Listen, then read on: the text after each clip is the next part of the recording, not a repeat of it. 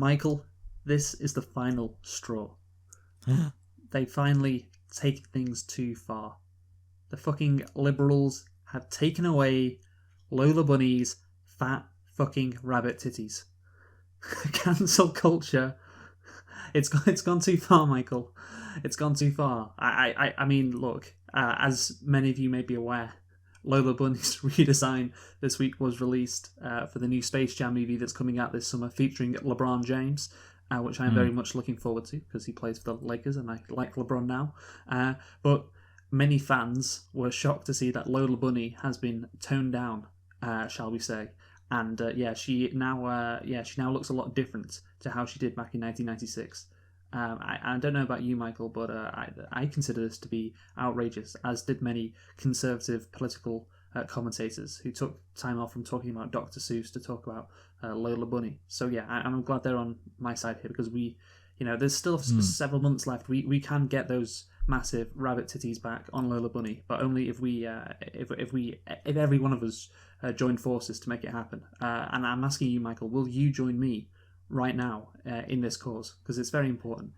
Yeah, absolutely. But I think, like you say, we can't do this alone. We do need our conservative allies out there. And I'm looking forward to Ben Shapiro, for example, maybe shifting. I know that he's really looking for those AOC feet pics, and we're kind of, all power to him on that. But I really hope he does come out there and give us some good old-fashioned, let's say, hypothetically, a bunny had titties.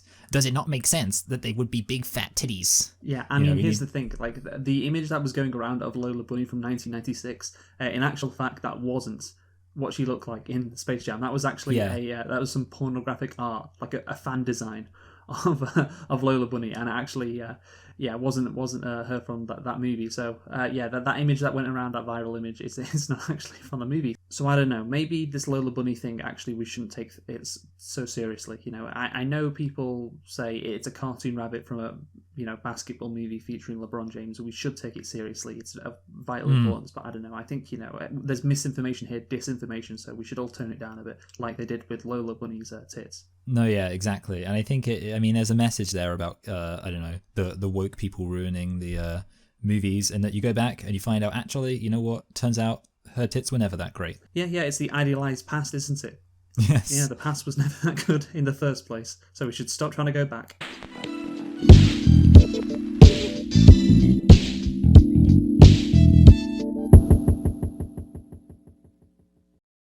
Hello, and welcome to Select and Reflect, the movie review podcast, where we look at films that have come out in the near and distant past. We give them a couple of watches and evaluate them beyond first impressions. I'm your host, Michael, and I'm joined as always by my co-host, Luke, and this week we are celebrating the 30-year anniversary of the release of Point Break. So Luke, why don't you tell us a thing or two about Point Break? Sure thing, Michael. So Point Break is a 1991 American crime action drama thriller film. Wow. Crime action drama thriller. And surfer. Yes, and surfer. Directed by Catherine Bigelow and written by W. Peter Illett. It stars Patrick Swayze, Keanu Reeves, Laurie Petty, and Gary Busey. And the film's title, do you know what it refers to, Michael? Well, I would think point blank, like shooting someone at point blank range. Is that, or maybe Breaking Point? No, well, they actually reference it in the movie, so if you paid attention, you would have got it. It's when a wave breaks as it hits a point of land jutting out from the coastline. Oh, yeah, okay, yeah. Sorry, I do kind of remember that. Yeah. But maybe it's because I had the point blank thing in my head already. Okay, well, anyway, you got it wrong. But no, so yeah, as you said, it's the 30th anniversary of Point Break, and in my opinion, one of the best action movies of the 1990s, and maybe of all time. We'll get into that. Basically, Michael, this movie, of course, is a cult status movie, and 30-year anniversary. It was released on July the 12th, 1991 in the United States. And can you tell me the budget for Point Break, Michael? How much did it cost to make? I mean, probably not that much, maybe 10 million? You see, the thing is, yesterday, I thought I'd play a little game, where I'd guess the budget before, because I don't guess. I just thought, I'll guess for this one because, I don't know, I just randomly did it, and I guessed 25 million. That was right. The budget was 24 million. So, yeah, even though you do it far more often than me, I mean, I don't know, man. It's because you've learned from my mistakes. why haven't you? One day I will. One day I will too. Yeah, no, I mean it's obviously more because you got Patrick Swayze in there and you've got some good stunts. Oh yeah. So yeah, and of course Keanu Reeves, he wasn't a nobody. He appeared in Bill and Ted just a year ago. Yeah. Or a couple of years maybe. The box office now, Michael. How much did this make at the cinemas? Well, usually when you say cult, that means I'm supposed to think not that much. I still think maybe it made its kind of money back, so I'm thinking maybe 40 million? No, probably less. Oh, yeah, okay, let's go 40 million. Oh yeah, and I mean you said probably no. It's more. It's double that. It's it's 83 million. Now I did a guess as well, and I thought it would have made like 120. I think that's what I said, somewhere around there. So we were both kind of equally 40 million off. If you think about it. Yeah. So right in the middle. But yeah, 83 million box office. Decent pull in considering the budget. But of course, Michael, it's a cult movie, and that is because of all the things in Point Break, and we'll get into all of it. But first, Michael, did you like this movie? Did you like Point Break? Well, I thought it was good. I think you're probably going to meme this film a bit more than I. I don't know, Luke. I just feel like sometimes you like to like films. I guess, I feel like you're going to enjoy this film because of how over the top it is. Yeah. And I'm just saying, for me personally, I did enjoy that it was over the top, but like that's kind of I wasn't like super enthusiastic about it. I just thought it was a good film. I thought it was an enjoyable film, but I don't know if I'm quite as enthusiastic about how crazy it was as you were. But there are some issues with the plot that I will get into. There definitely are, and there are some issues with the characters I shall get into. There definitely are, but overall, I love the essence of this movie. Like, this is what is captured here on film is fantastic. The action scenes as well. Modern action scenes are probably slicker and more exciting, but there's something beautiful about the ones that happen in this movie. It's something so raw about it, and I don't know. I feel like Point Break is a movie which really stretches what. I mean, look, it's a fun movie, and it's over the top at some points, yes, but that's what makes it fun, and it's enjoyable, and the performances are great, and the lines, the dialogue is great, and I may enjoy it in an ironic way, but the key thing is, Michael, that I enjoy it, and I think that's the case with a lot of people as well, not just me. So how many nitpicks do you have? I've got 4. Okay, 4. Fucking hell, I've got 2. So okay, I guess that means I'll go first. One of them's a lit pick, actually. So my first nitpick: how does his girlfriend, of course Johnny Utah's girlfriend, randomly find out he's in the FBI? He just leaves his wallet out, doesn't he? Yes, and, I catch that. Yeah, I was thinking that too. Actually, and you didn't put it as a nitpick. I didn't. That's the funny thing. A lot of the time, you say things that are nitpicks, and when you say them, I'm like, oh yeah, I did think that was kind of silly, and yet I didn't put it as a nitpick. I don't know why. It happens a lot with you. Yeah. Usually, yeah, but whatever. That's a good one. The thing is, it's not just like, oh, that's how she finds out. It's like right at the pivotal point in the movie when he's about to get jumped by the by Bodhi and all of his surfing buddies, and it's just such an awful way. I mean, come on, you got to do better than that. Also, lit pick, there is a Jimmy Hoffa reference from Gary Busey at the start of the movie, and of course we did The Irishman several weeks ago, and this whole thing about the FBI not knowing what happened to Jimmy Hoffa for years and years. And I was like, oh yeah, look, it's reincorporated in this movie. You'll love to see it. I mean, we know what happened to Jimmy Hoffa now. If only The Irishman had been released back when this film was out. I know, right? But anyway, Michael, can you give me your 4 nitpicks, and please be quick? Yeah, super quick. So I don't get how if he can swim, he starts drowning when he's surfing. Like, it was a bit of a confusing scene. Like, it's not like a major criticism. I was just like, that's a confusing scene where he starts drowning, obviously, at the beginning. This one, again, I don't know. I feel like you're probably going to tell me this is true. I found it weird to think that the police they obviously break into this place to the drug bust, and it turns out there's some other people already undercover. And I was thinking, surely they'd have like a system in place to stop kind of different departments treading on each other's feet in that way. Here's the thing. Yeah. I think, yes, that is a legitimate nitpick, but then again, I don't think Gary Busey and Johnny Utah are the smartest FBI agents. So maybe it's not a nitpick. Yeah, you got a standard one here. The amount of time that's said to have passed on screen is not as much as the amount of time that actually did pass, which is of course referring to when they're in the bank and he says it's been 65 seconds, and it hadn't been 65 seconds. How long had it been?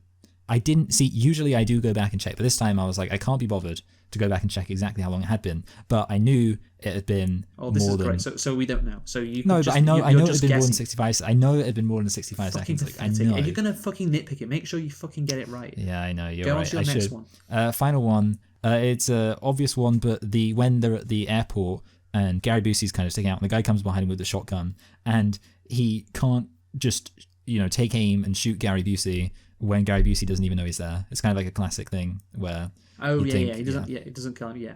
Yeah, I mean, so stupid. Yeah, but he's a surfer. Maybe he's not even. They don't kill Maybe it was a anyone, do warning they? shot. Yeah, they don't kill anyone, do they? When they do their bank robins, Yeah, so that's true. The only thing they do is get killed by sharks. yeah.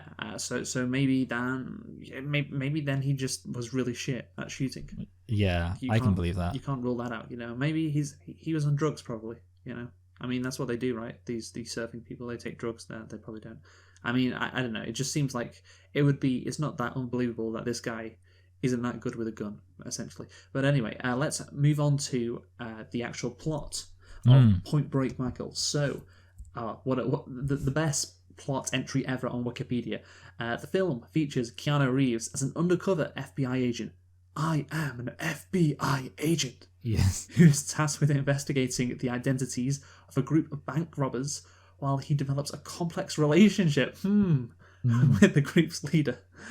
And of course, these bank robbers, Michael, what are they? They're surfers. Yes. I mean, look, the concept, whoever thought of this is a genius. Yeah. The FBI, like he says, the FBI is going to pay me to surf. It's so funny you mention that because I literally I screenshotted that because I watch things with subtitles because I'm one of those people, and I screenshotted that quote and sent it to somebody I was talking to, and I was just like, "Have you ever seen a bit?" Yeah, well, I could have, but I knew you were already watching it, so I was like, whatever. But anyway, I was like, this is just the greatest premise for a film ever. And yes, he's like, "You trying to tell me the FBI is going to pay me to learn to surf?" It feels like kind of something you'd almost see in like a fake movie trailer, like in like a comedy or something. Be like, fake movie trailer, Keanu Reeves, Patrick Swayze, and it just cuts to Keanu Reeves like, "You're trying to tell me the FBI is going to pay me to learn to surf?" Yeah. And then like, called Surf's Up, something coming soon. Something out of The Simpsons. Yeah. Something out of, I don't know, maybe it's not really Family Guy-esque. Something out of maybe like 30 Rock, because I know they did a lot of premises involving like media and TV shows. Oh, sorry, films and TV shows. And maybe SNL. I don't know. But basically, it does seem like a parody of something, or taking a genre to a stupid level. But that's what this movie is, and it can work. It can work. So please, I mean, obviously, this movie was released 30 years ago, and they did do a reboot. Have you seen that reboot, Michael? The one that came out in 2015, I think. Oh, no, yeah, I did hear about it though, but I didn't see it. I bet it didn't go. You know what? I'll check on that after this. Yeah, but I don't think it did well. So the movie. Well, here's the thing, Michael. Does the movie know it is ridiculous? I think it has to, right? It has to. Yeah, I think to an extent, I was going to say all action films, kind of all action films at least know they're a bit ridiculous, I suspect. Well, no, I don't think so. No. Well, okay, not necessarily all action films. I feel like a lot of them, like even action films, which, for example, I kind of think about like the Fast and Furious films. I think even the Fast and Furious films... I think they've got to that stage. Yeah, Initially, that's the thing. that wasn't the case, as we'll see when we review Fast and Furious movies. Yeah. Oh, yeah, you're right. So maybe it's a case of it's rare because maybe I'm just thinking about kind of action films that have just been like action franchises. Yeah, and Fast and Furious is kind of great. Like, I think I mean, you could argue there was a lot of jumping the shark moments in Fast and Furious, moments that were even more ridiculous than jumping sharks, but I guess jumping the towers in Dubai in Fast, what was it called? So Furious good. 7? One of the F7? Yeah, it was Furious 7, yeah. Yeah, where they jump from one... Tower to, I mean, that right there is just like, they know it's stupid. Like, it's over. Like, my favorite one in Furious 7 is when, I mean, it's kind of, it's not as bombastic, but just the moment where Dwayne The Rock Johnson says, "Daddy's got to go to work," and then he flexes the cast off his arm. Oh yeah, in Fast he's got like 5. a cast of is that in 5? Yeah, that's in Fast 5. Yeah. That's really? actually another good moment. That may be it, but that's kind of winking to the audience, really. Yeah. More than like jumping the shark. That's what it feels like. Daddy's got to go to work. Slight difference there, but yeah, no. Action movies, sometimes they know they're like schlock, I guess. Sometimes they don't. This movie, I'm not really sure. I mean, but then you think about the names like Johnny Utah. Fucking Johnny Utah. The best name ever. And also, had Gary Busey, because I know he has a reputation for being a crazy person, I don't know if he had that reputation yet. What I was going to say. You got Keanu Reeves, Patrick Swayze, Gary Busey, all at the time certainly all kind of I guess memey. I know that word wasn't in use back in the early 90s, but kind of a memey way of viewing them. And even John C. McGinley, who of course is in Scrubs. Remember him? Yeah. He's the main guy. Sorry, not the main guy. He's the shouty guy. Yeah, Dr. Cox. Even he is acting insane as well. Like, he's really aggressive as well. Yeah, he almost comes across as like the most overtly comedic character. Yeah, I don't know. Maybe he actually reminds me of I'm going to forget the guy's name, but do you remember in Bad Boys? There's the guy who's also in Memento. I can't remember his name, and also in The Matrix. Yeah, that's it. And he has that line like, "Did you hear what I said? I know what I said because I was there when I said it." Yeah. He kind of reminds me of that character, who again in actually, see, Bad Boys is another example of like another film where I would want to say like, oh, it knows it's being stupid, but then I don't know. Yeah, I mean, sometimes you don't know. I'm leaning towards yes. I mean, the hiring of Gary Busey. Yeah. Like, when Gary Busey, like right at the start of the movie, when they're investigating a murder in a car, like Gary Busey goes on this tirade at Keanu Reeves. It's just like, yes, this is what acting's all about. This is why we watch films. This is why we go to the movies. He was snubbed. And when they get up on the table to mimic the surfers as well. Yes. Yeah, wonderful. And remember, and later on when they high five each other and go, "My man," double high five. I mean, look, that's you love it. Yeah. So I have decided, after considering it, yes, this movie knows it's ridiculous. I mean, there's also the fact. I was just thinking, like, I don't know when we're going to mention this, but this film, I would say surprisingly, not that I'm a sexist or anything, but just based on stereotypes, is surprisingly made by a woman. Catherine and I Bigelow. almost think, and therefore I think to myself, maybe, I'm not saying that there aren't women who authentically. Script. Oh, okay, I don't know, but maybe though she was like, I don't know exactly what she was in charge of, but maybe she had some role. Yeah, I know, but I'm just thinking like, where actually, how involved she was as a director. What happened was, I read this on Wikipedia. Cameron, she's married at the time to James Cameron, Ah. and Cameron and Bigelow, but basically they rewrote significant parts, or maybe it's not significant. They rewrote parts of the script to give the plot a better flow. I believe that was what was on Wikipedia. Yeah, that's interesting. Because I was thinking maybe like you could say that the stereotype would be that women tend not to enjoy action schlock as much as men do. So maybe because of that, she was like, maybe that's a reason why this film knew it was so silly, because she was like, a director who had descriptions like this. The premise was already there before she came on. Like bank robbers are surfers, and an FBI agent has to infiltrate them. I guess the difference is maybe there was somebody out there. Maybe at the beginning there was actually some crazy person who came in and had it as like a serious idea for a film, and then Catherine. Instead of speculating, Michael, I'm just going to look on the production page of Wikipedia, because I'm tired of this bullshit. By the way, the film came close to production in 1986 with Matthew Broderick, Johnny Depp, Val Kilmer, and Charlie Sheen all being considered to play Johnny Utah. I can see Charlie Sheen doing very well in that role. Johnny Depp, I'm not so sure. Matthew Broderick, no, I don't think Broderick. Yeah, that would be. I mean, remember him in what was it, Godzilla? That would be, and I mean, a completely different character, to be fair. Yeah. I can understand it with Val Kilmer because he was like in Tombstone. Yeah, I think Val Kilmer would fit. And with Ridley Scott directing, and that was in '86. I would have liked John Travolta. Yes, 4 years later, after acquiring the screenplay, the producers of Point Break began looking for a director. At the time, executive producer James Cameron was married to Catherine Bigelow, who had completed Blue Steel. Only W. Peter Iliff is credited for the screenplay, but Cameron has said he did have a considerable amount of writing with Bigelow for the final film to help establish a better plot flow. Yes, so that's the thing. It was originally like the premise was not Catherine Bigelow's idea. It got passed on to her, but yeah, she may I don't know, who knows what the plot was like before she got a hold of it. But yeah, so I guess overall on the concept, on the premise, like bank robbers are surfers, it's genius. Genius, and I do mean that, because it's not too far to be like, right, this is just unwatchable, but it's like too far enough for it to be like interesting and an unusual premise. Yeah. And if you strike the right tone, which I think this movie crucially does, which is why it's a cult classic, obviously, it works. It definitely does. So I think, a genius, maybe it's a bit too strong a word, but I think if you're trying to produce a movie like this is as good as you can make it. And yes, obviously there's some issues with the plot that I have or whatever, but that's why, I don't Yeah, know if I yeah. ironically like this, I don't know if I post-ironically like this, I'm not sure. But I remember watching this movie for the first time, and I was genuinely enjoying, like, every minute of it. Like, I did not want to, like, turn off. Like, I was like, yes, I know this movie isn't as good as other movies that I've seen, but I was like, I'm enjoying this so much. And I don't care what level of irony was involved. I really enjoyed it. And yeah, to take that concept and make me feel that way, I'm going to say very well done job. But anyway, yeah, that's the concept, I guess. Hmm. So let's get into the actual plot now. Obviously, as we've discussed, Johnny Utah, he needs to go undercover to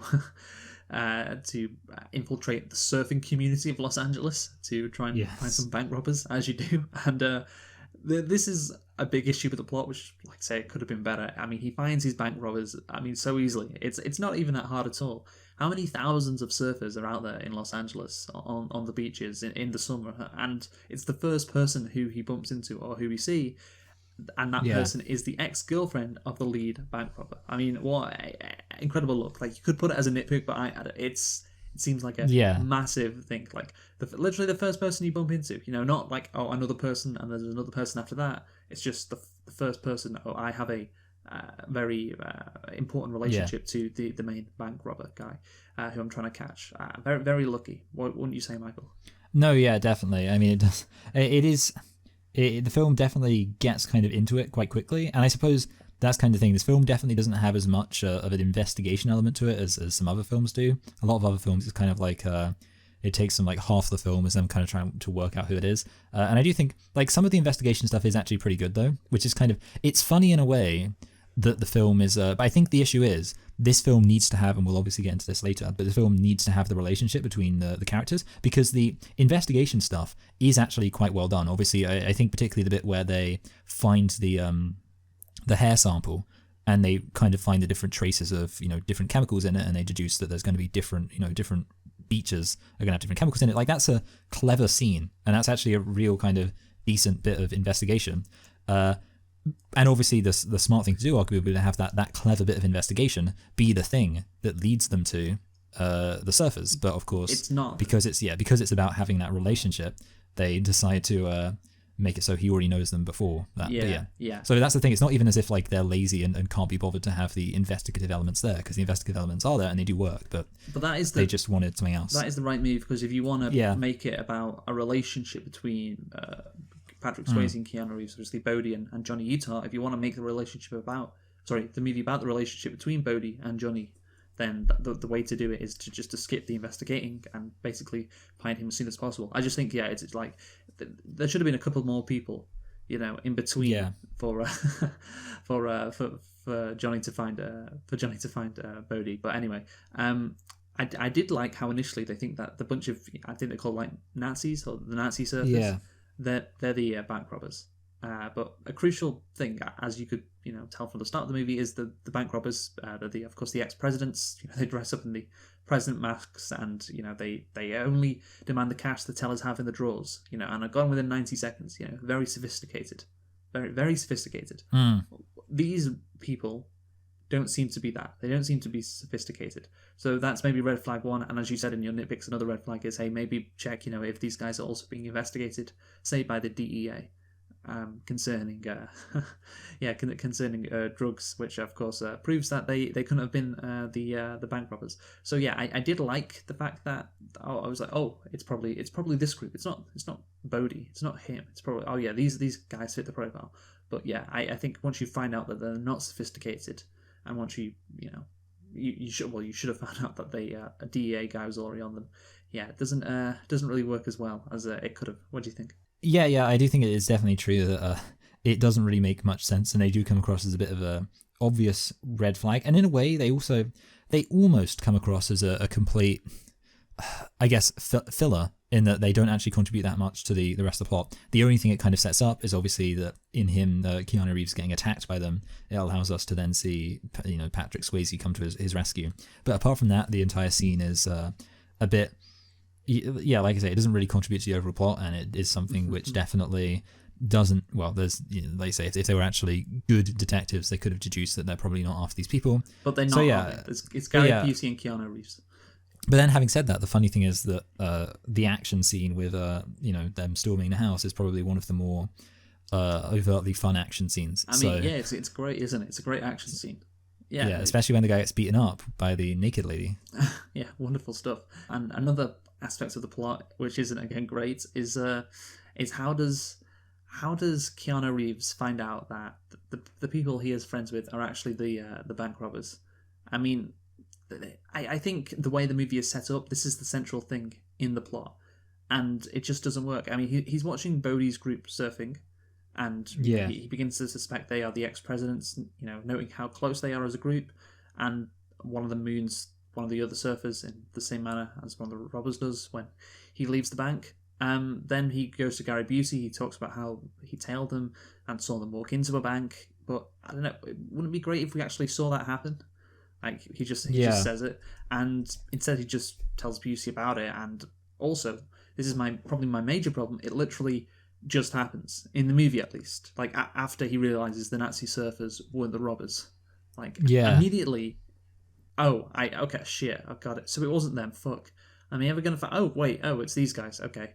Just wonderful coincidences for Johnny Utah to help him. He thinks, oh fuck, I really fucked this whole thing up. But no, they're right there in front of me. And I do think it would work better for the plot if, here's my quick rewrite, Michael. It would add another 10 minutes onto the movie, but I think it'd be better. It should be that the robbers are not suspected for another week of Johnny's surfing with them for another week and he doesn't suspect them. Maybe you can have a montage of him, like he's depressed at work, but he's having a lot of fun, surfing. That's his get out, and that gives him time for him to build a relationship with Bodhi, or a better relationship, which I think is, for me anyway, it's pretty crucial, as I'll get into later. And then he starts to suspect them and tells Gary Busey, and then he stakes them out. He has the scene where he sees them, drive and look around a bank, and that confirms it.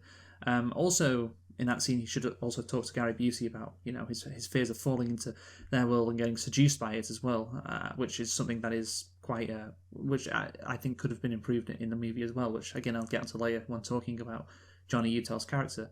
But yeah, I think they should have let it lie a bit, Michael. They shouldn't have had immediately, oh shit, well, the Nazi servers, they weren't the bank robbers. Oh, wait, these guys are.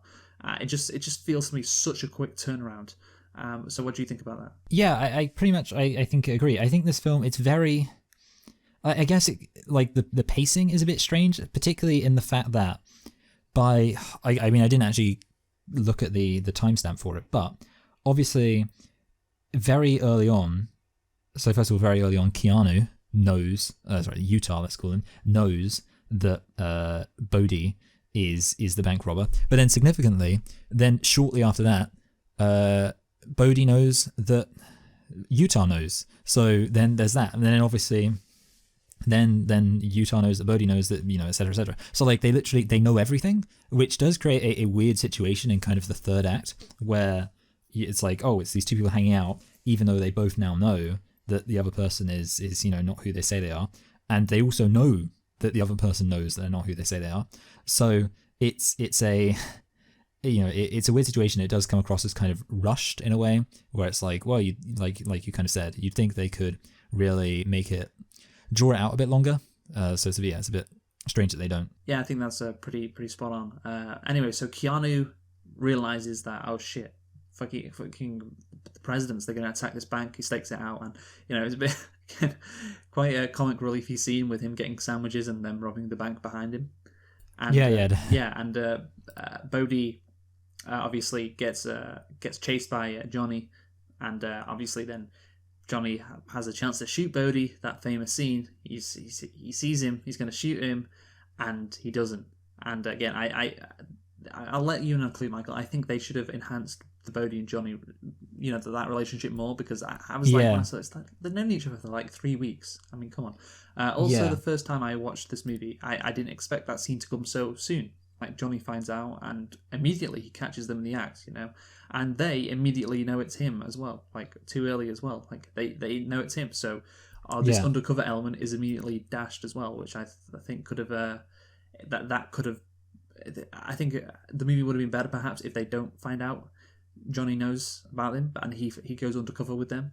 some more for some reason, and there's scenes of Johnny hanging out with Bodhi, and Johnny knows who Bodhi is, and Bodhi doesn't know who Johnny is, and Johnny has to, that's a real struggle for Johnny, if he has to, because he wants to get this guy, but he knows that, he fucking knows that he's this such a cool guy that he loves and all, and that dynamic would have been great, but we never see that dynamic. There's never a point in the movie where Johnny is hanging out with Bodhi and Johnny knows that Bodhi is the bank robber, but Bodhi doesn't know that Johnny's an FBI agent. We never get that dynamic, do we? And I think that's unfortunate. No, yeah, I think that too. Yeah, because that would have been a great dynamic, especially in the context of what this movie is, to have happened, but we never get that. Yeah. Instead, what they do is Bodhi decides to kidnap Johnny and take him skydiving. As you do. I think surely he would have some extra protection around his house, considering he knows that Bodhi knows because he revealed his face. Like he knows that Johnny is fucking an FBI agent, but that doesn't happen. So they have kidnapped his girl, and they want him to rob a bank with them. One last hit and all. But in this bank robbery, Bodhi, he's searching for that extra rush, Michael. He decides to get some more money. I mean, I don't know why. Look, maybe that's it. Maybe he's like, right, I don't know if we're going to come back to America, so I want to just take some extra cash. Because, I don't know if we're going to ever see this country again. Because, fuck it, the FBI knows us now. I don't know. What do you think about that scene? Yeah, I almost it's weird. I kind of almost thought maybe he was doing it just to mess with Keanu Reeves, just to be like, with Utah, just like the fact that he now has him going along and he's like, oh, now we're going to be all sloppy about it, just because, or like maybe, I guess, see, again, it would assume a very kind of complex relationship between them, but almost like as an act of self-sabotage, because he's brought Utah along on his thing, and now maybe because he's like angry with Utah, he's intentionally taking stupid risks because he is angry at one of the people who's along on the crew. So it's almost like he's trying to do a bad job. I don't know if that's like a weird thing to think, but he knows that Utah's with him. He knows Utah's betrayed him. So he's like, haha, Utah, I'm going to make you rob the bank, and then I'm going to do an intentionally bad job at it, and that way, or be intentionally risky with while you're tagging along. That's the thought. I don't know. I maybe he's doing that. Maybe he's fucking with Johnny. I just thought maybe he's like, we're not going to come back here, so we might as well get some extra money. But yeah, the fact that he just does it at the spur of the moment, maybe it's like, maybe he is fucking with Johnny. I don't know, Michael. Well, that's film scholars will debate that for the ages to come. I think. But anyway, well, let's get into the ending, I guess. And it's quite a long ending. It's like half an hour of just like non-stop action. Yeah. Yeah, and it does make it. I'm going to be honest. It makes it. It's one of those films where it's kind of like, it's not boring, and yet at the same time, when you're watching it, it's kind of hard not to just have a quick look at the progress bar, because you're like, oh, how long is there left? Because it's like one of those films that feels like it's ended early. No, I didn't have that. Okay. I didn't want it to end. I didn't want to look at the progress bar. I'm just saying, it's in terms of pacing, it probably could have been. At the same time, though, if you think about it, you think about what the movie's about. It's about a guy who's an adrenaline junkie. Wants to get that rush in and all of that shit. And it's like, surely then the ending, it should just feel so intense, like, it's never going to stop. It's just going to keep going on, and you're always going to be on the edge of your seat, and the tension's always going to be high. I mean, that's how suddenly I felt watching it, and it's a credit to the movie. And yeah, you could argue it's not the best pacing, but what if the point, Michael? What if the point is you got to do some stupid things sometimes, to feel alive? What if that's the point of the movie? Yeah, you see. So it's a meta thing at the end of the day. So I don't know if you can criticize that. I just wrote in my notes, like, then after that, a lot of deaths happen. A lot of people die. And that is the true thing. A lot of people die, Michael. Yeah, that is true. I don't know how Johnny gets arrested when he was clearly being forced to participate in this robbery. Like, he's clearly not there. They must realize that. They must realize he's been kidnapped. And he's like, he's holding a gun there because he fucking has to. Like, he doesn't want to be there. And they arrest him like someone says he's an accessory to murder. Like, that would not fucking hold up, like, in any fucking... And what are the FBI doing as well? They're arresting one of their own as well. It's just fucking bullshit. We know how tightly law enforcement, people are together. Even if you don't like him, you're not going to be like, oh yeah, let's arrest this guy. Yeah, let's do it. Nah, there's no fucking chance he'd be arrested for that. Like, and he shouldn't either. Like, he was clearly forced to do it, and he like he puts his hand up and says FBI federal agent undercover, and he still gets fucking shot, and they still arrest him after that. Oh fucking hell. Anyway, so you agree with me on that, by the way, don't you? No, yeah, definitely. I do think it makes no sense that he got arrested. Yeah. It's just, I was like, yeah. I guess that's kind of the funny thing, because it also, it's one of those instances where it barely even impacted the plot anyway. I guess the main point was just to have the Gary Busey. superior act like a dickhead, yeah, and have Gary Busey act like a bro, so we'd feel sad when he dies. Fucking the greatest punch in movie history. Gary Busey punching John C. McGinley. Just fucking great. And yeah, and of course, yeah, I guess that it makes sense plot wise, because then you have Johnny basically isn't in the isn't doing well with the FBI right now, so he is going alone with Gary Busey to the Santa Monica airport to obviously to get Bodhi, and they get on the plane together. Obviously, Gary Busey dies. R.I.P. to a legend. And then he goes in that plane and he jumps out the fucking plane, because they went skydiving before, so he knows how to fucking do it. He jumps out of the plane without a parachute and catches him. Just fucking incredible. Yeah. I mean, come on. How can you not love that, Michael? How can you not love that? I did love it. Good. Actually. So this movie. I think it is a good scene. Yeah, he kind of like flying without a parachute, and then obviously then they get really screwed up. I do think I don't know. I kind of wish they were more hurt from falling, because it's like, I like the idea of them just like scrapping around. What the fuck are you talking about? No, I'm just thinking, like, I don't know, they get up kind of pretty, well, not pretty easily, so, but I don't know, I just feel like, I like the idea of them being all just like broken bones, just smashing into each other, maybe stabbing each other with their broken bones. Because they waited pretty late with the chute deployment. That's my theory. No, but that's the point. Although actually, apparently sand is quite soft. Yeah, so. They wait as late as possible. Because he's an adrenaline junkie. Yeah, exactly. Oh, actually, I have a point about this. Actually, this is a nitpick, I guess. I was thinking to myself that Utah could have just tucked his gun in kind of like under the strap for the parachute. Like, he didn't just have to let it go. He could have just tucked it away so he'd have it hand free. And like, sure, it might have fallen. He could have put it in his mouth. Yeah, like there's actually several things he could have done. He didn't need to drop the gun. But maybe if he puts it in his mouth, Bodhi pulls the trigger. Shit. Yeah. Oh, that would have been cool. Well, they could have if I were you, see, my instinct would be to kind of bite across the barrel. Yeah, you don't need it pointed at you. Yeah, good point. Yeah. Yeah. So yeah, if he put his gun in his mouth right next to Bodhi, even more homoerotic, right? So yeah, that's what should happen. Okay, so the ending, obviously, that's not the actual ending, of course, because the actual ending is in Australia. So, and Johnny's been chasing Bodhi across the Pacific, and he's like, and then Bodhi asked him, "You still surfing?" And he goes, "Every day." I love it. How good? Yeah. I love it. This movie is great. I don't care if it's got plot holes. All of what we've been through, and we've been through quite a lot of plot issues, I guess, can be overridden by just the dialogue, and that's one of those dialogue. It's one of those lines I just love, and obviously he lets Bodhi go, doesn't he, Michael? Would you let Bodhi go in that situation to catch one last wave? Because he can't be locked up in a cage, man. He can't do it. So you let him go off and kill himself. It's like I can understand wanting to do it so he can kill himself. I mean, what actually kind of reminds me of the Chief Clancy Wiggum's line in one of The Simpsons. He says, "Go ahead, do it. It's not my job to talk people out of killing themselves." So yeah, apparently it's not Keanu Reeves' job to talk people out of killing themselves. Well, it's not, because he fucking throws his FBI badge away after. Exactly. Yeah. And I don't Here's the thing: he could be throwing it away because it's like, well, I just let this guy go. Maybe that means I'm not going to be an FBI agent anymore. I don't know if he's still, because obviously he was in trouble apparently. Then he left the country, and who the fuck knows if he returned to the United States, would he still be allowed back in the FBI? Would he be a hero after catching Bodhi? But yeah, he tosses his badge away. So it could just be that's like, right, I'm not going to be this anymore. Clearly I'm not. Or it could, but because he tosses it away, and like he does, it's like he's disgusted by it. Like, shit, I don't want to be part of this shit anymore.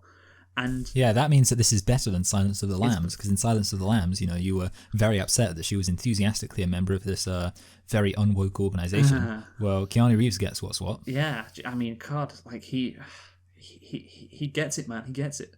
Fuck authority. That's the thing. Like, I was thinking when he throws it away, it's like this. It makes kind of sense. Does it make sense, Michael? Does it make sense for him to throw away the badge? Well, I think also you can make an argument. Maybe he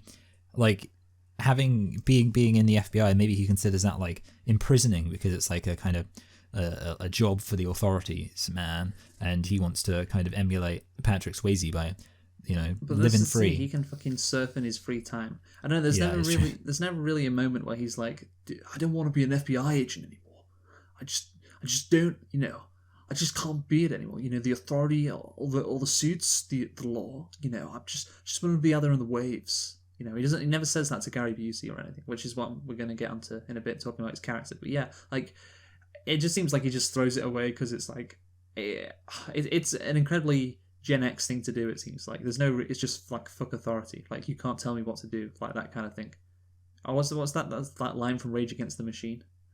Like, fuck you. Fuck you, I won't do what you tell me. Fuck you, I won't do what you tell me. Yeah, it's like that kind of energy, and I support that, even if it is like, even if it doesn't make sense. So yeah, I don't know how I feel about the ending. It's a cool ending, but I'm like, it doesn't really make sense given what we've seen from his character prior. Like, it could make sense, but I don't think we've seen enough that it does. So anyway, Michael, shall we talk about the characters now? Yeah, let's do it. Yeah, both of them. Yeah, the two main characters, Johnny Utah. Okay, we'll talk about him first. Of course, like I said before, the name is just an incredible name, Johnny Utah. Of course, as you'll know, Michael, there was a NFL quarterback called Johnny Unitas. I'm sure you're aware of him. But yes. Yeah, Johnny Unitas won a Super Bowl with the New York Jets in 1968, 67, one of those years, I think. The first, really star quarterback of the Super Bowl era, I believe. But anyway, Johnny Utah, I think that's what they got the name from. But Utah sounds cooler. Johnny Utah. What a great name. He's a young FBI rookie. Wants to make a name for himself. I have to say, though, it doesn't seem like this guy... he's in the top 2% of his class at Quantico. I don't know. It doesn't strike me as someone who could do that, Michael. I don't know. Yeah, you never really see him be. It's kind of actually funny. I was thinking about this with relation to John Wick, and how obviously like in this, and it's kind of like obviously with this film, I assume Keanu Reeves is trying to kind of separate himself from Bill and Ted by establishing himself as somebody who can be an action serious performer. Action star. Yeah. But yeah, definitely he really doesn't come across, and I don't think it's because of the association, because obviously now the idea of Keanu Reeves as an action star is something I'm very familiar with, and yet Keanu Reeves does not come across in this film as some kind of omnicompetent action man. Are you talking about his character, or are you talking about his actual acting? That's the question. I don't know. I'd say, I mean, it's weird because I guess I'm talking. It's both is the answer, but I'd say to an extent it definitely is his characterization. Like at the beginning, I remember they have the scene of him like shooting, and it's kind of like at that point he looks like a real kind of lethal weapon, like. But then I don't know, for the rest of the film, I guess he just comes across as like he comes across as, and I guess it's funny that he's supposed to play a surfer, because obviously he doesn't come across as a serious FBI agent playing a surfer to me. It feels more like he's characterized as a surfer pretending to be a serious FBI agent. And this is because of his acting. Yeah, I'd say it's mostly because of his acting. I mean, I guess the thing is, like, see, to an extent, it's kind of in the script. Like, obviously, he has some really silly lines which make him come across as, like, I guess the thing is, the script doesn't help his acting, if that makes sense. Mm-hmm. So I feel like if the script kind of made him sound like more of a badass, there was, you know what, actually, I wish I'd written this line down. He had a line. Wait, did I have it? I think I've got it. Let me see. Yes, I did write it down. He says, it's a line where he says, "It's impossible to conceive that I might have something to offer." And it's like, it comes across as, I don't know, like it comes across as sounding really unnatural. So, and I don't think it's because of his acting. I think like that line itself, like just a line, "It's impossible to conceive that I might have something to offer." It's when obviously he's kind of, talking about how he's being dismissed. Yeah. And it's kind of like, so there are some lines which are a bit clunky. Yeah, so. I mean, look, I think he wasn't hurt by the fact that his character is like how he is. But at the end of the day, yeah, Keanu's acting isn't, like, he can sometimes pull off like the standard, boring FBI agent, like the serious thing, but like underneath it all, like he just seems like a surfer, like bro, right from the outset. Like, I mean, I do love the performance because it is like it's funny, and the movie obviously isn't completely serious, so the performance isn't completely serious. But yeah, I don't think it's like tongue in cheek. He like actually some of the lines aren't that great. I don't know. It's so hard to judge whether it's it's.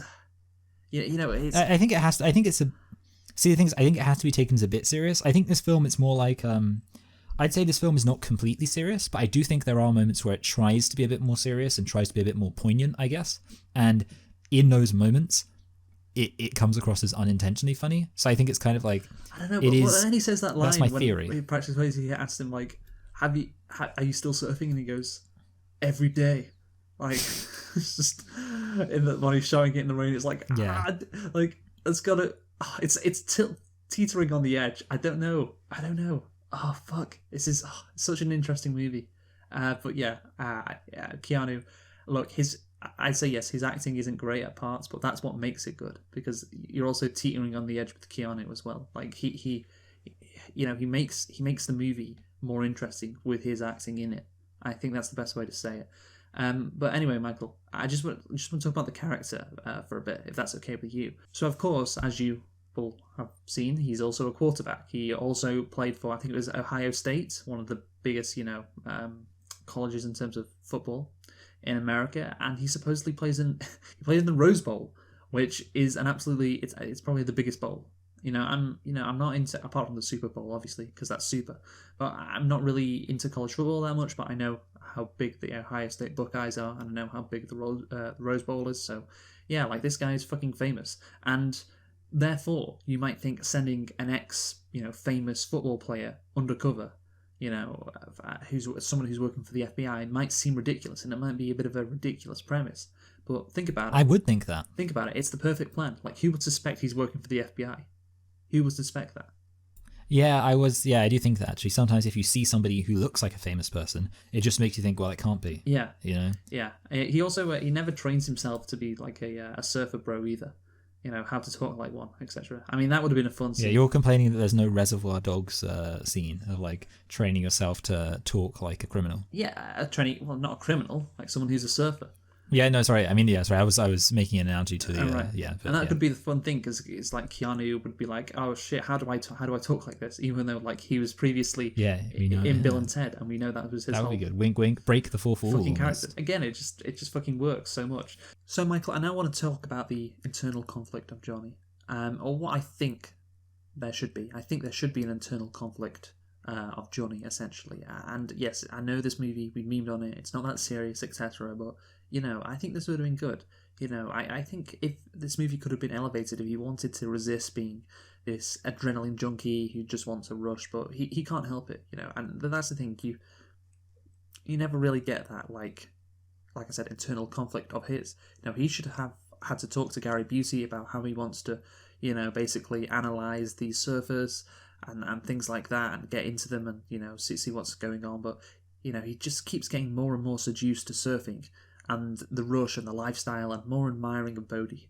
So when he does do reckless stuff later on in the movie, like jump out of a plane, like, it's more impactful because he's basically fallen for their lifestyle. And then when he throws that FBI badge away at the end of the movie, instead of it just being like, fuck authority, man, or just fuck this shit, man, I'm out of here, I don't want to do this anymore. It could be like, it just could have worked more, essentially. Like the theme of him basically falling into this world where he can no longer, not be a fucking surfer or an adrenaline junkie. He can no longer do that. That it would have worked better if he had that conflict, but he doesn't seem to have that conflict, does he, Michael? No, yeah, I agree. I think it would have been good if they would have just kind of given in some, even some, like, I want to say kind of basic, by which I mean sort of not necessarily subtle characterization, but if they would have established him at the beginning, say, as like very uptight and like very work conscious, which he isn't really, like very kind of, anal, as the kids are saying. But yeah, obviously, like I say, they don't. And then obviously that way they then could have had him, by contrast, be established as somebody who is, when he needs that become... little bit of spark. He needs that. He can't be too uptight because Bodhi needs to, respect him, Yeah, I guess you're right. But yeah, basically, and then obviously, but I definitely agree that he should have become more... it should be... Become more kind of carefree and like adopt Bodhi's attitude while also, feeling reserved about it. I do agree with that. Like, there's a piece of me which, I feel like is growing inside of me that just wants to take over my whole body. And it's like this, and, it's like a reckless attitude, basically, that he has. But yeah, you don't see that. That narrative isn't there, and I think that's a shame, because I think if you insert that narrative in, I don't think it'd be too hard. It would have made the movie better, made his choices at the end that more impactful. I mean, they're still great, they're still fun. Like I still like to see it, but then yeah, it would have made it into a legitimately good movie instead of just one you can enjoy because of how silly it is sometimes. But anyway, let's talk about Bodhi's character, Michael. The philosophy of this guy, is probably the most cliche thing, but Patrick Swayze with all his hair can pull it off. He's like the human spirit is still alive. All those people in cars that they're just in coffins. It is us, against the system. Wants to rob banks, as the president, and I don't. He says this line where he's like, "Oh yeah, we've been robbing you for years, so let's do it for another 90 seconds." And that's good. I like the line, but it just seems like, incredibly cliche, I guess. But he, like I said, he does it really well, and it's just this guy who's just like got no actual politics at all, basically, and he's just like, yeah, free the human spirit, fuck the rule of law, and. I was going to say, I think they should make a modern version of this film where instead of a surfer guy, it's a just want to grill guy. You've got to infiltrate an underground terrorist cell or something. And this guy like, yeah, man, I hate politics. I don't care about these Black Lives Matter, Blue Lives Matter. I just want to grill. Yeah, well, the thing is I don't know if that meme specifically is a Gen X meme. Like you can make the if you can make the connection, but certainly this character Bodhi, like. I don't know. He feels like the most Gen X character ever. I don't know. If you ask me, yeah, definitely. Yeah, I mean, this was in 1991, around the time that Nirvana was getting going, and what was that other band from Seattle, Pearl Jam? That's it. Oh, actually, here's a fun fact about Nirvana. Do you know to whom Kirk Cameron addressed his suicide note? You mean Kurt Cobain? Sorry. That's really funny to me. Yeah, Kurt Cobain. Well, I can imagine it's funny because obviously they're two very different people. Yeah, it's just like very different reality. No, yeah. Do you know to whom Kurt Cobain addressed his suicide note? No, tell me. Boda. Boda. He had an imaginary friend called Boda. Bodhi. Oh my god, it makes sense. Yeah. Shit, yeah, no. Yeah, this who knows? is peak Gen X. This movie. There'll be nothing more peak Gen. I know the Rage Against the Machine thing was like in the middle 90s. Fuck you, I won't do what you tell me. But like this feels like it as well. Like one of the apexes of Gen X in media, and that is embodied with Bodhi, his philosophy.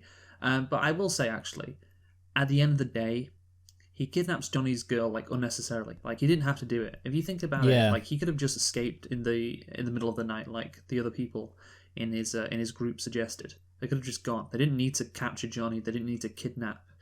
His girlfriend. They could have just gone to Santa Monica that night. I mean, they didn't need him. They just did it to fuck with him, basically, right? Yeah, so it kind of makes him come across as a bit more of like a fraud. Because that's the thing. I guess the idea is supposed to be that he's like the thief with the heart of gold, but of course in reality it doesn't really cohere with how he's actually characterized. Yeah, I don't think it's. And maybe it is a kind of thief of the heart. Yeah, like kind of a guy with a moral code. Yeah, like the Joker. Yeah. Well, I mean, it sounds kind of weird, like in a way, because obviously we mean like the moral code really is that there is no moral code, but that's the moral code. I mean, yeah, the moral code is don't just live your life, man, and don't hurt people who don't hurt you. I guess is the morality. Like that's the thing. He doesn't actually kill anybody in the bank robbings. Like he's not robbing those people. He's just robbing the fucking banks who he views as evil. I imagine he does. I mean, yeah, that's just typical Gen X politics. The banks are evil, man, and yeah, they are. But you need a bit better, analysis of that. In my opinion, that's the difference between Gen X and millennials. Why millennials are so much better. Am I right, Michael? That's the difference. You back me up on this. Yeah. And the Zoomers, I feel like, I don't know, I kind of feel like maybe the Zoomers are actually going back to Gen X though. That's my theory. Like that's my pessimistic theory. It's actually cyclical. So the Gen Xers don't care. The millennials do care. And the Gen Zers are going to not care again. That's my prediction. I don't know. Well, it's not that so much they don't care. Like the Gen Xers, they're like, oh yeah, the banks are evil. People in their cars, they're like coffins. They're not alive. Fuck authority and all that. But there's no like this. It's just incredibly shallow. That's what it is. Incredibly shallow. Millennials have taken things to another level, analyzing all that shit, and that has, it's annoying sometimes, overanalyzing stuff. But I'd say on the whole, it's better. It's better to do that than the Gen X approach. I don't know about Zoomers. I think there's not many of them that are adults yet, so we need to wait on that. But yeah, anyway, let's get into the relationship between the two main characters, Bodhi and Johnny. Of course, this is what this movie is all about, really, at the end of the day. And it's an interesting dynamic, and it's an interesting concept, obviously. This FBI agent who gets, sucked into this philosophy that the guy he's trying to catch, preaches. Again, that would have been so good if he's like undercover and he realizes Bodhi's an ex-president and he has to wrestle within himself. But yeah, you never get that scene, which is incredibly unfortunate because that would have been a perfect scene for the type of relationship dynamic you're setting up. And overall, I do have a problem. Like I alluded to it before, like there isn't that much of a setup between Bodhi and fucking Johnny, as much as there could have been, rather. Before he shoots in the air. Of course, that famous scene, where he could shoot him, but he decides not to. He shoots up in the air several times, and it's like, together they establish they're in a bromance. Obviously, that's established. But like I said, they've known each other for about 3 weeks, and it seems like they've spent 5 minutes together total before he shoots up in the air. I don't know, Michael. It's the idea is good. And the payoff would have been amazing, but I don't feel like they set it up as good as it could have been. I mean, this is a pretty hot take, I will say, but the relationship between Bodhi and Johnny in this movie, to me anyway, it feels overrated. I have to say, like people, I get it, it's there, and I can see it, and it's good, but it's not great. It's not, and that's the thing. When people, this is a very famous movie, really, because of that relationship, because of that dynamic. That's what makes it, that's part of what made it a cult classic. And it's not as good as it could have been, Michael. So, yeah, what do you think about that? Is that too much of a hot take or not? Well, yeah, I think it kind of is building on what you said about there not being much of an internal conflict for Utah's character. And I think it is also true that the relationship is, it is a bit half-baked, I guess. And I think it does come from, and we kind of already alluded to this, the fact that it is in such a rush to establish, like, it reaches the point where they know each other and they know each other's true intentions and the true reality of each other too quickly. So there really isn't much of an opportunity for so you agree with that? The relationship is overrated? Yeah. I definitely think it is overrated. Oh, right, good. Right, this is good. So, that's the thing. Like you said, they could have added in these bits and pieces, which I'm suggesting. It's like, it seems to me so obvious. Like, make Johnny's have this, like I said, internal conflict again. Like, make him not, go undercover and realise that Bodhi is the leader of the ex-president. Like, have that confirmed and have them talking to each other. And you have this wrestling in his mind. Like, make that happen. And don't have him, like, shoot away so early. Have it more towards the end of the movie, because then it'd be even more impactful. And it's like, obviously it's famous, but it could have been even better. And that's what's frustrating about that, man. It is frustrating. Like, it could have been even better. Anyway, Michael, do you want me to talk about pop culture, this movie? Yes, because this is a cult classic. As we have said many times. We haven't mentioned the homoerotic undertones. Well, I kind of did it earlier, but obviously it's kind of there. I wouldn't say it's really that much there, to be honest. I think that, again, it's kind of overrated. I mean, that's not what the movie is really going for, so you can't criticize the movie for that. That's what other people have said about it. But yeah, I didn't really get that much homoerotic undertones. But then again, Michael, I'm not gay, so and maybe if I was gay, I'd feel differently. I don't know about you. No, yeah, I mean, overall, I think it's kind of the same like the Lord of the Rings thing, where everyone takes like a friendship, even if in this case a friendship which is arguably a bit overrated, and just kind of assumes it's gay. Ultimately, I never really got that feeling from. This is like before the Tumblr era of like shipping and all that. This is from the early 90s. Well, let's never forget the fact that the hit series popular with young girls, Supernatural, lots of people like to get gay interpretations of that, even though the two main characters are literally brothers. So instead of like, oh, why are these characters so close? Why are they good friends? Could it be because they're brothers? No, it must be because they're secretly gay. Yeah, it's the same. Never changed Tumblr. Same in Top Gun as well. Like people say it's like homoerotic. I don't know. It's like guys who are hot who hang out with each other. It's like, they must be gay. Yeah. Like that's what it feels like, especially in this movie. So anyway, let's move on to in popular culture. For Point Break. Point Break was referenced in Hot Fuzz, where the scene of Utah emptying his magazine into the sky in frustration is watched by the lead characters and later reenacted by Nick Frost's character. Isn't that great, Michael? Isn't that great? Yeah, well, that's the thing. That's mostly what I know this from. And yes, it's, of course, Hot Fuzz is supposed to be a It's parodying like it. parody, parody of action films, and the fact it references this film, so this film is considered quite a big deal. Yeah, I mean that is the safest thing to say about it. Also, the scene in which Utah jumps after Bodhi without a parachute was ranked 7th in Empire magazine's top 10 crazy action sequences. Good to know. The scene was also tested by the Discovery Channel series Mythbusters. It was determined that Utah and Bodhi would not have been able to free fall for 90 seconds, as in the film, nor would they have been able to hold a conversation in midair. However, it was determined that by streamlining his body, Utah could have conceivably caught up with Bodhi after jumping from the plane. Well, there you have it, Michael. There you fucking have it. And if you've seen the Avengers, Michael, you'll know that Tony Stark dismissively calls Thor Point Break, presumably a comparison to Thor's hair to Swayze's in the film. In Thor Ragnarok, after several attempts, Thor correctly guesses that Point Break is the activation code that Stark has set up for him in the Quinjet. Yes, so there you go. It's even referenced in the Avengers. Incredible. Tony Stark as well, very Gen X kind of person. That's what I feel like. But yeah, anyway, so there we have it, Michael. There we have it. Yes. Point Break. I think you should conclude first. All right. Yeah. So ultimately, this film it's a pretty solid action film. I'd say ultimately the only issue with it is that there are a lot of elements in it which could have been better. I do think, and obviously we pretty much covered them. The relationship could have been better, and also the internal conflict. So there's both, intrapersonal and interpersonal areas where it feels like it's a bit undeveloped. And when it comes to the not being, like laughing at it because of the silly moments, I think they're there. But ultimately, I don't think you can say that makes the film fantastic. What I will say, though, is that even while, we said some of the elements are half-baked, I think the premise itself is an interesting premise, and it is a silly premise, but a silly premise isn't necessarily a bad premise. I don't know. See, I feel like you might think of this as not being particularly generous, but I am obviously, for me, I think this is quite a good score for this film, considering it is a pretty, like a standard action film. I'm going to give it a high 6, which, like I say, for me, I think that's good. I'm going to put it above Slumdog Millionaire and below Toy Story 3.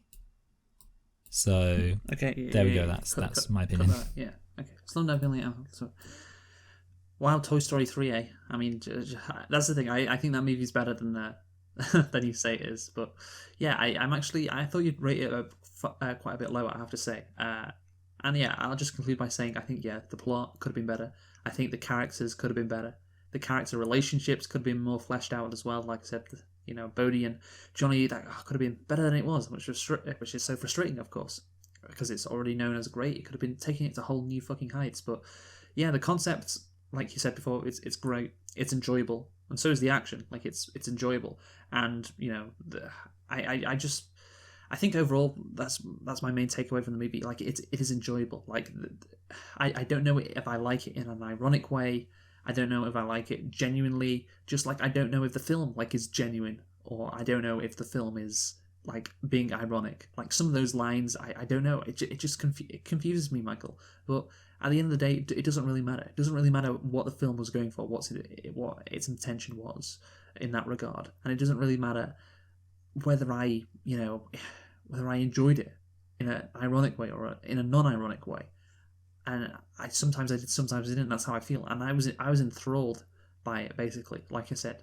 And that it just shows if you strike the right tone and have a great concept and do it correctly, like you can, all those holes, and I do think legitimately it could have been better. And without, there is an element of frustration there. I'm not like swatting away all my concerns about it, because there is an element of frustration where, damn, this could have been so much better. And that is, like I said, it is frustrating, but I do think that what overrides everything is just the tone of it, the fun of it. And yeah, it feels like a great action movie to watch, so therefore it is a great action movie to watch. Often I like to give a rating on movies based on on a more factual basis, I guess, but this feels like more emotional to me.